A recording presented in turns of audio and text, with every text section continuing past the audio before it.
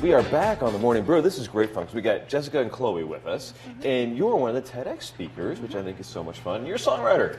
Yes. Yeah. So how did you get wrapped up with the TEDx folks? Um. Well, we'll figure that out in a second. Yeah. But because you guys have the big TEDx event coming up in September, right? Yep. And this is very cool because I love the TEDx stuff, and I want someday to get the microphone. I keep telling our sound guys here to get me the little TEDx Madonna microphone. Right? Do you even know who Madonna is? Yes. Okay, good. Because she's 12, and it's one of those things you wonder if like the heroes of my childhood carry over. Right? But you're one of the TEDx speakers and a dietitian, and you're kind of speaking about diet health, right? Yes, I am. I'm speaking more about health big picture, Right. not just dietetics. And what is that about? Like, how do you basically make sure you are a healthy eater in general? Well, that's a big question. We've only got a few minutes, Right. but I know. people get degrees in this stuff, and we're trying to do it in 5 minutes here. But To me, being a healthy eater is more than just what you put on your plate. It's more about emotionally and physically being healthy and being at peace with what's on your plate. So I think that extends, far beyond eating just fruits and vegetables. I'm totally at peace with all the coffee I drink. I can be on board with that. Is that a good thing or a bad thing? I would agree. Yes. So what's your TEDx talk? How do you talk about that on the TEDx stage? So my main point is basically that when we're trying to make change, we need to step outside of ourselves to find the biggest motivator for change. Because as a dietitian and health coach, I work with people and I see them really, really struggle. They set their goals and it's really hard for them to meet them. But when they step outside themselves, serve a cause, serve someone else, they find a reason to change and stick to that change. So what do you help people with? Is it like certain addictions? Is it food addictions? Is it just eating too many Twinkies? Like what is Sure, actually all of the above. So I'm a health coach and dietitian. So I work with people from a range of, whether it's sports nutrition or food addictions, binge eating disorder, you name it, even just general weight loss. I cover all of it. Very cool. So how do you what are some basic tenets in that so that we do it healthily? Again, that's a big question. I'm not sure what you mean by that. So I know a lot of people have tried to lose weight or tried to break these things, and then instead of going through the whole process of I'm going to eat salads, they're they starve themselves and then eat a pound of bacon later. Sure. How do you go about figuring that out and finding some motivating factors to make that work? And I think that's exactly what I'm talking about, because people set these goals of I'm going to eat salad all day or every day this week, but it really doesn't get them anywhere. So I think when they're part of something bigger, so say someone's a new grandparent and they're trying to lose weight so they can play with their grandkids, that's a much better reason to eat a salad every day than just I'm trying to lose some weight. I'm trying to look better. No, I'm trying to be healthier so I can be there for my family. Exactly. That's very cool. So how did you get involved in TEDx yourself? So I've always loved the TED Talks. Always been a big fan. I've been to several of the TEDxABQ events. I really enjoy them, and it's one of those, every time I win, I kind of looked up on stage and thought, that's really cool. I would love to do that. Did you think I could do that? I was a little intimidated at first. Because if you haven't been to the TED events, it's this September. Get your tickets now because it sells out every year. It's a big deal. But if you haven't been, it really looks intimidating for the speakers because they're on stage and it's at Popejoy Hall. It's a sold-out room every year. There's packed green room backstage, and everybody in town really goes to this event. It's really the thought leaders of Albuquerque that go to hear these talks. And it seems really super intimidating because you're just up there. There's no music. There's no set. It's just you, black background, and a microphone. And how do you even train for that? So they have a wonderful support system. We go through a rigorous coaching process. So every week we have the opportunity to meet at least twice a week with professional coaches, and they really guide us. It has been above and beyond helpful. I feel like I've grown, and so the nervousness is still there, but it's definitely wearing off. That's very cool. And Chloe, how did you start becoming a singer-songwriter yourself? Well, I was singing ever since I could talk, but I started voice lessons at the age of 5, and then I started guitar lessons at the age of 7, and then I just decided that's just what I wanted to do. That was my passion.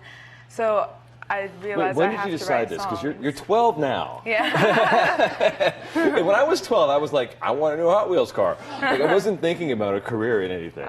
How did you decide that at such a young Well, age? I always saw, like, I'd always watch Disney Channel. I wanted to be like the people like up there performing, and I just thought that was so cool. So I knew that that was what I wanted to do. And did you singing and songwriting was the path to that, you think? Or are you also taking acting classes and doing all other stuff too? I do want to be an actor, but for now, my main focus is like singing and songwriting. I love it. I love it. So what do you sing about? Do you follow the same Disney Channel themes, or do you actually sing about stuff that's a little more pertinent? I write my songs like to empower people, and a lot about like feelings I have myself that like it helps me express myself like with things that I like wouldn't say like just normally.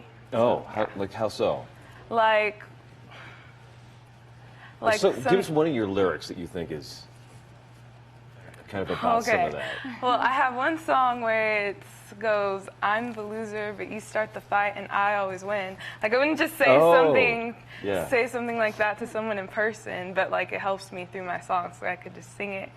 Like, I might be singing about someone, and that person wouldn't even know it's about them, and it helps me express myself. I love it. I love it. So, where do you perform? Where do you play? And do you just sing for your friends? How does all that work? Well, I like do different gigs, places. I like to perform at a coffee shop called Cafe Bella. Like, I try out my new stuff there. I just perform a lot of places. Very cool. And how do you because you're in middle school, high school, middle school. Middle school. Do you tell your friends? Do you talk about it with your friends? And do you say, "Hey, I got these songs, and this is a thing"? Or well, usually they bring it up because they like see me somewhere. I don't like always talk about that stuff because like then I don't know. Did they make you sing in class? No, I probably have sung in class before, like because my teacher wanted me to. But my teachers like have looked me up on YouTube in class, and it's kind of weird seeing yourself like on the screen, and you're just kind of like, oh, okay. That's awesome. That's awesome. You're gonna have a performance for us today, right? You brought your guitar, and we've got it all set up on over here. So you head on over. All right. This would be great. And get your tickets now to TEDx, because this thing, right, Jessica, it sells out every year. This is a thing that is huge, and if you don't get your tickets now, you really won't get them. Like, it really is kind of a big thing. And I love all of the variety of talks that we always get here in Albuquerque. They're so different. But Jessica, we love what's the name of this song that you're going to be performing today? This one is called All Made Up. All right, take it away. All right.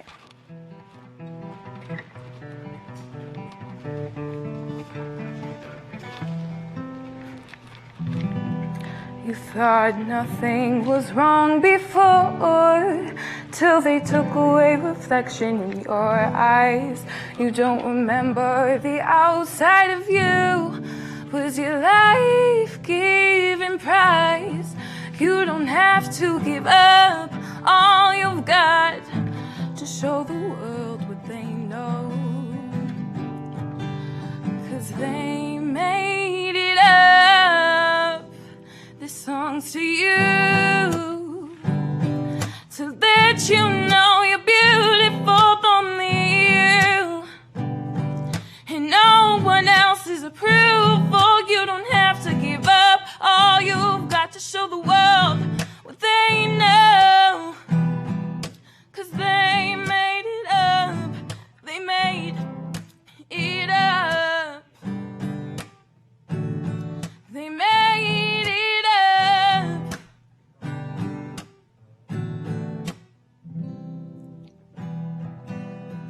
Under the magazines, I see beauty within you and me. Nothing's made you feel so sore than what's gotta be yours. There is nothing more to love than what you didn't pay for. What you didn't pay for. This song's to you, to let you know you're beautiful, only you, and no one else's approval. You don't have to give up all you've got to show the world what they know, 'cause they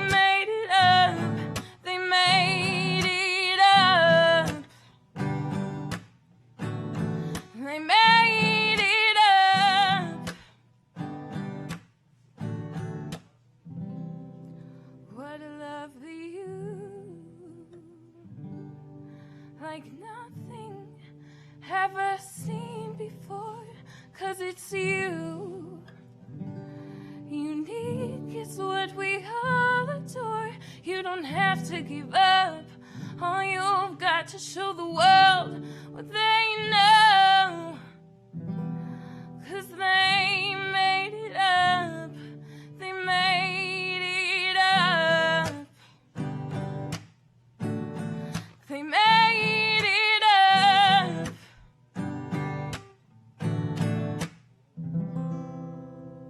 Thank you. We'll be back in a couple of seconds on the Morning Brew. Go to TEDx.com and get your tickets for TEDxABQ. We're back with our friends from the Oho Optique. We're going to try on some glasses this morning. Thank you.